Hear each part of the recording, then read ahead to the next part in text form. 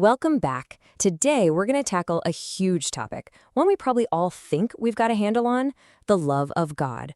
But what if I told you there's a whole other dimension to it, something way deeper than our usual understanding of love? So let's ask the big question. What is the love of God, really? I mean, is it just a nice feeling? Some kind of vague heavenly sentiment? Well, the perspective we're digging into today suggests that this common view, it might actually miss the most powerful parts of the whole story. So yeah, let's get into it. Okay, so here's the fundamental difference laid out for us. You've got the common view over on one side, the love that can be sentimental, maybe even a little weak. It can change, and it's usually a reaction to something good in another person. But then, look at the other side. This teaching presents a totally different idea, a love that's holy, powerful, completely unchanging. And here's the kicker. It's not a reaction, it's a revelation of who God actually is. And to really get our heads around this, we have to start with a completely different foundation for what this love even is. It's not just about what God does. It's about what God is. And that brings us to this incredible quote. Love is not something God does. It is something God is. Now, just pause on that for a second. This completely flips the script. The idea here is that love isn't just one of God's activities on a to-do list. No, it's his very nature, his actual essence. So everything else he does flows from the basic fact that he is love. So if we're going to try and understand a love that is God, then we first have to look at a few foundational truths about God's nature itself.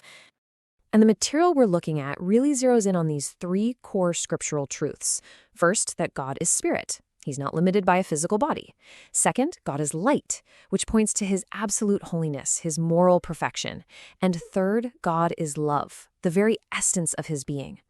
You can think of these three ideas as the pillars holding up this entire understanding.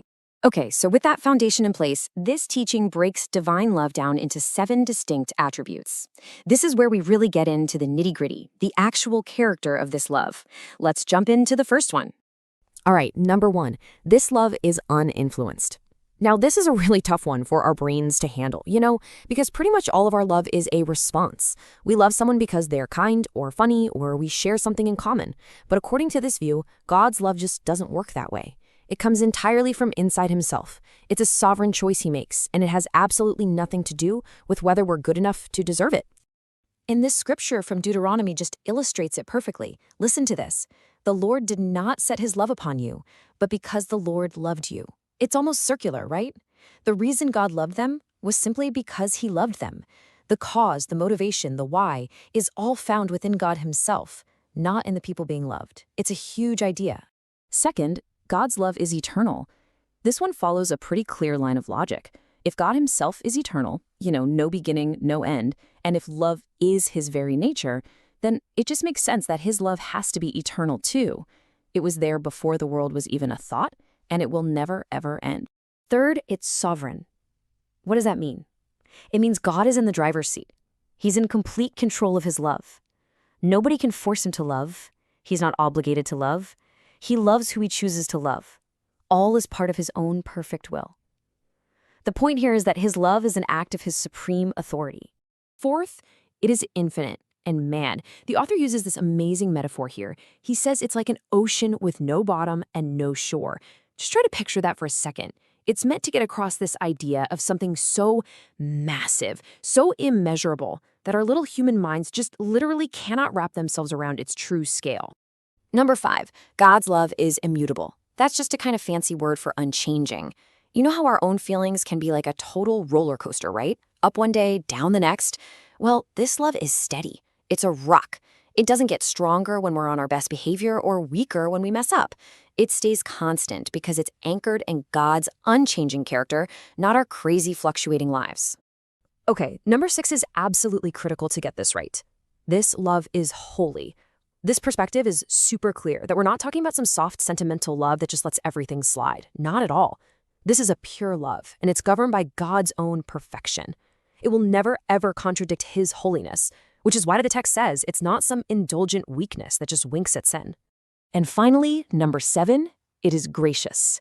Now, what's really fascinating here is the order of operations, if you will. The argument is that God didn't send Jesus to the cross so that he could finally find a reason to love us. No, it's the other way around. He sent Jesus because he already loved us. So the cross isn't the cause of God's love. It's the ultimate proof of a love that was already there. So let's just do a quick recap of those 7 attributes. We have a love that is uninfluenced, eternal, sovereign, infinite, immutable, holy, and gracious. When you put all of those together, you get a picture of a love that is just on a whole different level than anything we experience. Okay, so we've defined its character, we've seen the attributes, but how does this powerful love actually operate? I mean, how does it play out in the real world? Well, the source material points to 4 key ways this love works. First is in election, which is described as love making that sovereign choice we talked about. Second, in redeeming, love paying the ultimate price. Third, in what's called effectual calling, which is that love actively drawing people in. And finally, in healing, where that same love pursues and brings back those who have wandered away. And that brings us to the final and honestly, maybe the most powerful idea from this entire teaching. It's a metaphor that really sticks with you, one that sums up what this all means for a believer. Just think about that for a minute. Love is the birthmark of the Christian. Love is the identifying logo of the believer.